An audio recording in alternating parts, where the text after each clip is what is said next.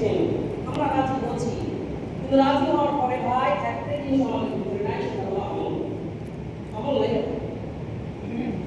আমল না থাকার কারণে